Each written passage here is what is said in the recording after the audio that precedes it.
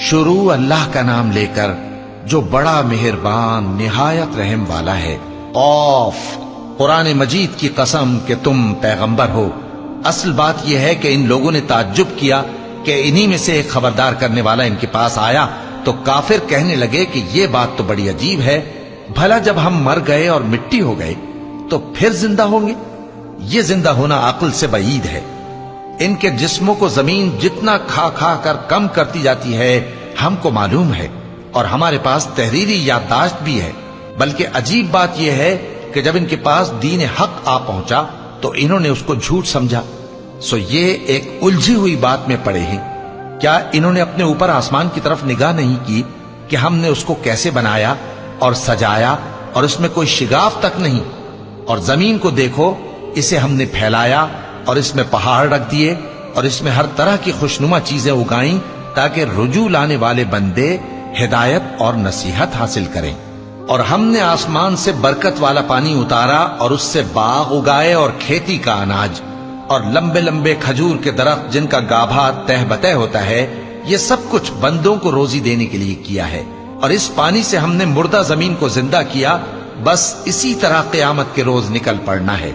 इनसे पहले नूह की कौम और कुएं वाले और समूद वाले लोग झुटला चुके हैं, और आद और फिरौन और लूत के भाई और बन के रहने वाले और तुब्बा की कौम, गरज हर एक ने पैगंबरों को झुटलाया, तो हमारी धमकी भी पूरी होकर रही।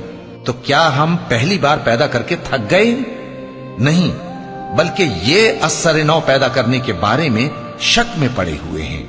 और हम ही ने इंसान को पैदा किया है, और जो ख्यालात उसके दिल में गुजरते हैं हम उनको जानते हैं, और हम तो रगे जान से भी ज्यादा उसके करीब हैं। जब वो कोई काम करता है तो दो लिखने वाले जो दाएं बाएं बैठे हैं लिख लेते हैं। कोई बात उसकी जबान पर नहीं आती मगर एक निगहबान उसके पास लिख लेने को तैयार रहता है।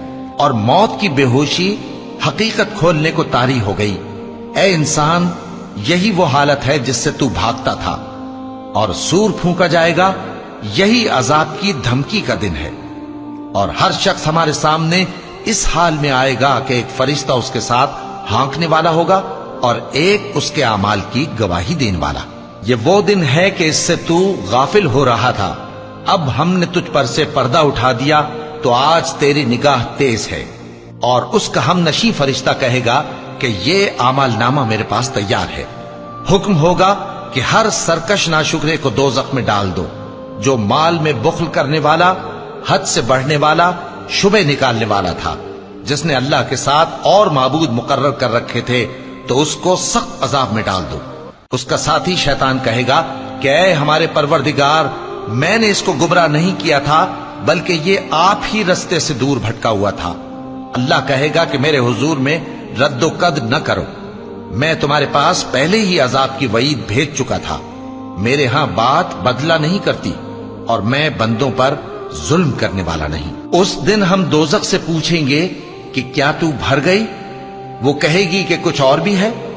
और बहिश्त परहेजगारों के करीब कर दी जाएगी कि उनसे मुतलक दूर न होगी। यही वो चीज है जिसका तुमसे वादा किया जाता था, यानी हर रुजू लाने वाले, हिफाजत करने वाले से, जो रहमान से बिन देखे डरता रहा और रुजू करने वाला दिल लेकर आया। उसमें सलामती के साथ दाखिल हो जाओ।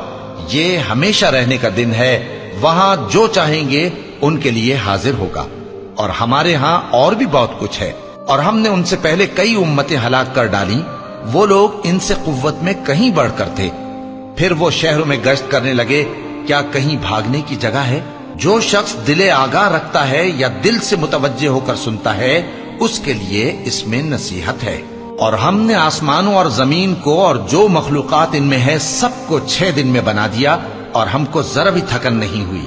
तो जो कुछ ये कुफ्फार बकते हैं उस पर सब्र करो, और आफताब के तुलू होने से पहले और उसके गुरूब होने से पहले अपने परवरदिगार की तारीफ के साथ तस्बीह करते रहो, और रात के बाज औकात में भी और नमाज के बाद भी उसी के नाम की तस्बीह किया करो। और सुनो, जिस दिन पुकारने वाला नजदीक की जगह से पुकारेगा, जिस दिन लोग एक जोर की आवाज यकीनन सुन लेंगे, वही निकल पड़ने का दिन होगा।